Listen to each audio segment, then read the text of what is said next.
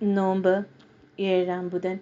വിശുദ്ധ യോഹന്നാന്റെ സുവിശേഷം 12-ാം അധ്യായം 20 മുതൽ 26 വരെയുള്ള വാക്യങ്ങളുടെ വിശകലനം. മഹത്വീകരണത്തിൻ്റെ സമയം.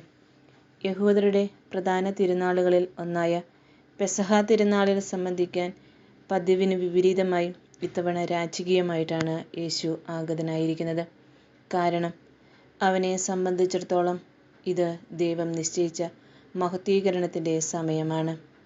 വിജാതീയരായ ഗ്രീക്കുകാർ അവനെ തേടി വന്നപ്പോഴാണ് രക്ഷാദായകമായ ആ സമയം സമാഗതമായെന്ന് അവൻ പ്രഖ്യാപിച്ചത്. സ്വജാതിരായ യഹൂദരുടെ തിരസ്കരണം മൂർധന്യത്തിലെത്തിയ ഒരു വേളയിലാണ് വിജാതീയർ അവനെ തേടി വരുന്നത്. അവൻ സ്വജനത്തിൻ്റെ അടുത്തേക്ക് വന്നു, എന്നാൽ അവർ അവനെ സ്വീകരിച്ചില്ല. തന്നെ സ്വീകരിക്കുന്നവർക്ക് ദൈവമക്കളാകാൻ അവൻ കഴിവ് നൽകി.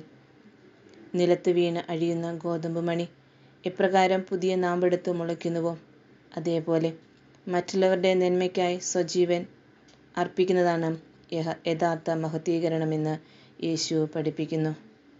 സ്വന്തം മഹിമയും നേട്ടവുമെല്ലാം മറ്റുള്ളവരുടെ വളർച്ചയ്ക്കായി വിനിയോഗിക്കുന്നവർ, യേശുവിനെ അനുകരിച്ച് സ്വജീവൻ വെടിയുന്നവർ നിത്യമായ നവജീവൻ പ്രാപിക്കുമെന്നാണ് വാഗ്ദാനം. സ്വയം ശൂന്യവൽക്കരണത്തിലൂടെ മനുഷ്യകുലത്തോടുള്ള സ്നേഹത്തിൻ്റെ ആഴമാണ് അവിടുന്ന് നമ്മുടെ മുമ്പിൽ വരച്ചു കാട്ടുന്നത്.